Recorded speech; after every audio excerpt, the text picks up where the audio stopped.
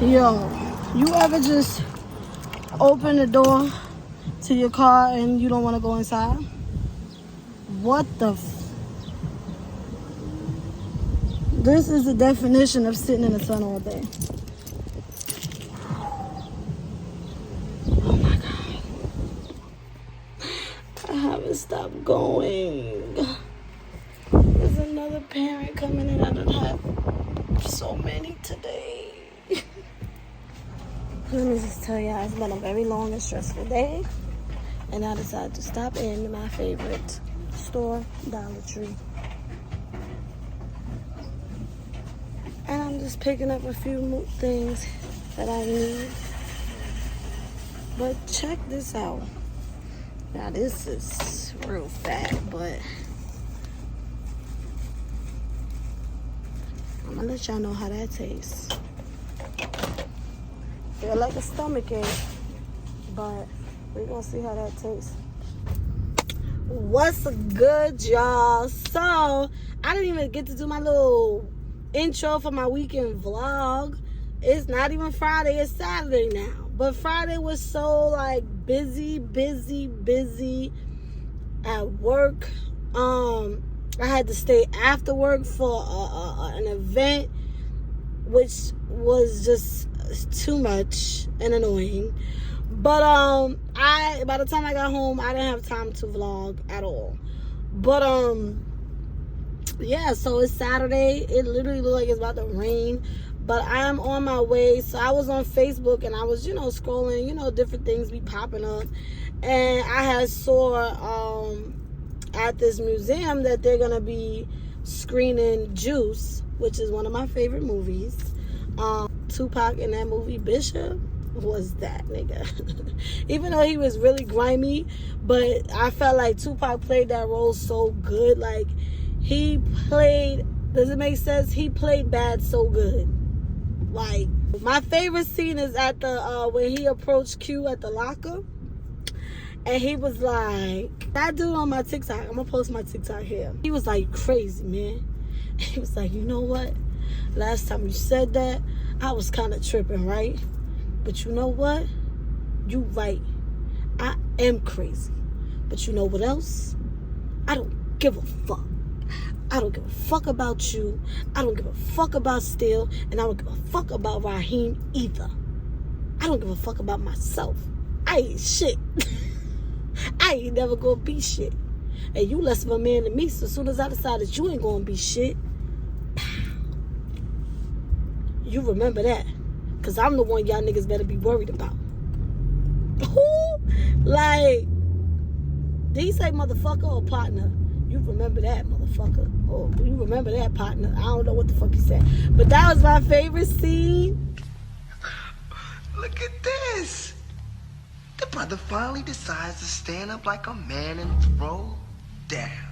Too bad Raheem had to die first, huh? Crazy, man. You know what? When you said that last time, I was kind of tripping, right? But now, you're right. I am crazy. But you know what else? I don't give a fuck. I don't give a fuck about you. I don't give a fuck about Steele. And I don't give a fuck about Raheem either. I don't give a fuck about myself. Look, I ain't shit. I ain't never gonna be shit. And you less of a man than me, so as soon as I decide that you ain't gonna be shit, pow, so be it. You remember that, motherfucker. Because I'm the one y'all need to be worried about. So anyway, it's not so much that day, because I would not be driving all the way, because the shit is in Jersey. I wouldn't be driving all the way out there if it wasn't for just them showing the movie. But they said it was a director Q&A. So I don't know if like the actual director's gonna be there. I feel like if you say that, that's implying that he's gonna be there. But if he is, like, of course I want to be in the same building. So yeah, that's where I'm headed.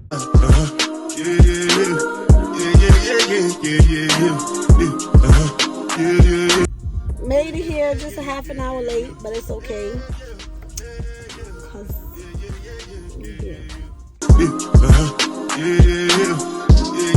yeah. This one I bet you with the me, I no get time, da cover my face, calling me da. Biggie man, we do what's it gonna be? G-Wagon, all depends. They get them, ride the boat. I know we die for nothing. What's it gonna be? G-Wagon. The bitch tried to fuck me on the stove. No, man. I wasn't looking for no tattoo. I was doing the oochie my face. Toes done from all that hair on her face, right? What? Yeah. You didn't know what peptide problem, man? What? What's your problem? You my fucking problem! People sweat us on the street and you don't even give a fuck! I think you're exaggerating. That's bullshit, man! We run from the cops, we run from Rodamans, we run from security guards, we run from old man Quills in this fucking bullshit store when he come with that bullshit gun. All we do is fucking run! I feel like I'm on the goddamn track team. I'm serious. What's the matter, Raheem? Nothing to say? That's because you know I'm right. In your heart, you know I'm right. Yo, big man. If you want respect, you gotta earn it. You damn right. You gotta be ready to throw down, stand up, and die for that shit like Blizzard did, if you want some juice. Blizzard? Blizzard ain't sticking up to nothing now. That's because we wasn't there to back him up. If we was there, it'd be 5 dead niggas instead of 1. You ain't saying nothing now, right, big man? Word about the director and co-writer of tonight's presentation, Ernest Dickerson.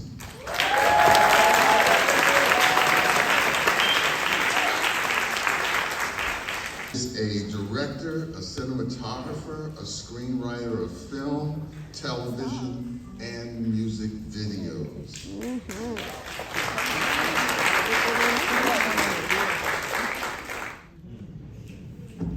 This man here. I know, you know, a lot of us already know about that particular dolly shot that's used where the background goes this way and the protagonist comes right at you. You know, that was something that was, you know, certainly developed and made popular in those early films that Spike did. But the thing that I always paid attention to, the thing that struck me and struck a lot of young filmmakers in that generation was the way in which color just leapt at you. I don't care whether it was school days, whether, and most especially, particularly for me, the film that followed right behind it, Mo Better. Mo Better. Actually, wait. It's the 2023 Paul Robeson Awards. We have to shout for it. So come get your award.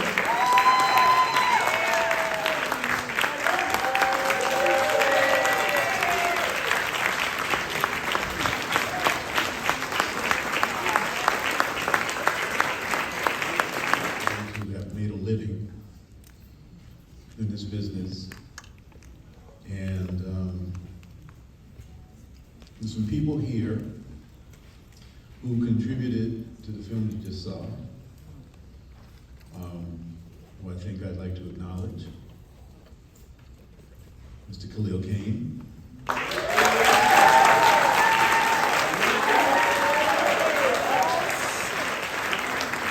Mr. Jermaine Hopkins.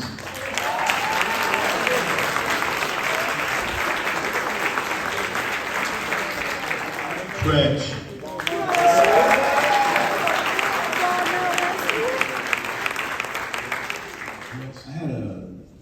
After my first year at Howard University, I had a summer job working at the post office. And you always have to check in at 6:59, before 6:59 a.m. So I'm taking the bus in before the sun comes up. And I used to, you know, on the bus in DC, I used to see kids hanging out on the bus. Thank you, brother. All right. What's up, Mama? So I'm back from the Newark Film Festival. Had a great time. I'm sorry if the vlog was a little all over the place. I definitely wanted to like do my entrance, walking in, everything, but I was just like so crunched for time. But we actually end up arriving right on time, like soon as we got in there.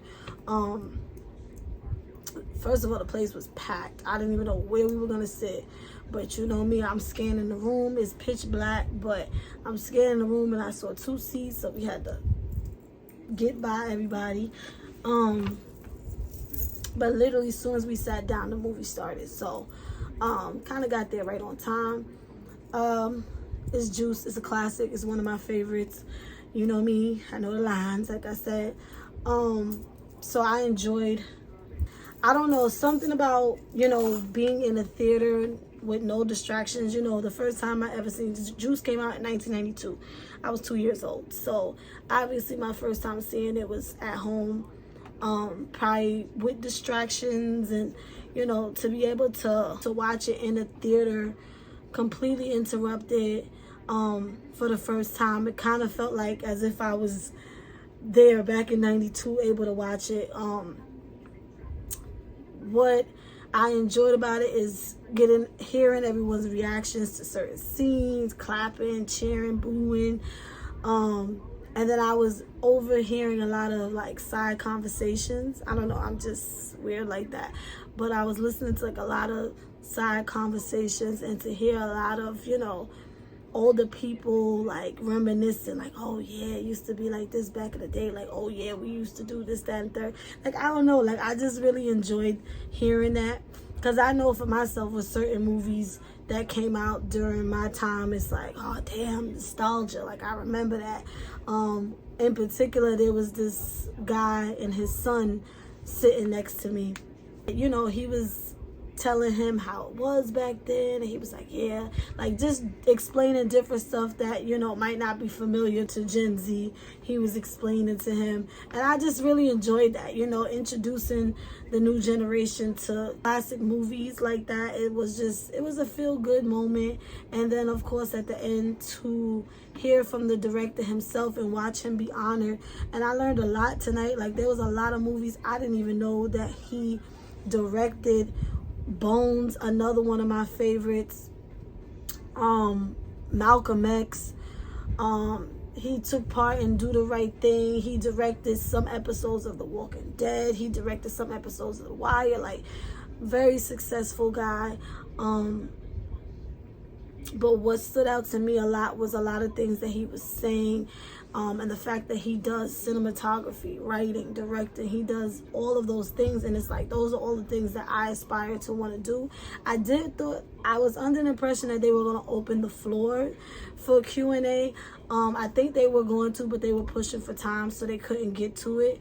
But that would have been one of my questions, like, how did he transition between those 3 things, and what inspired him to now want to go from, you know, screenwriting to now directing to now cinematography, like, and when did you know the right times to make those moves, you know?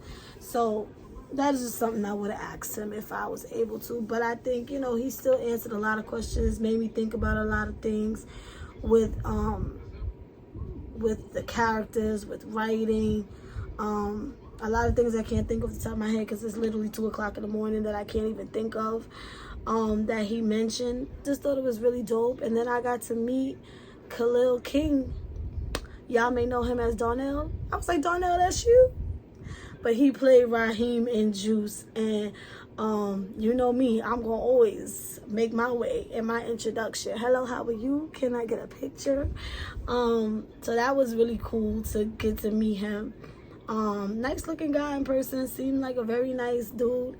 I didn't get to meet the director because he had a lot of family and friends that was there, and as soon as he was finished, they bombarded that stage. So I was like, okay, I got what I needed from him anyway.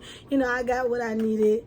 And I don't know, being in the room with people like him and Khalil, and you know, it just really inspires me. It really inspires me that one day I will be up there, you know, doing what they do, and I hope to attend more events like this because it is inspiring if you want to get into filmmaking and acting and all that stuff. So I urge you, look it up. I came across this on Facebook, so you know, see what film festivals is going on and see if you can attend any that's in your neighborhood.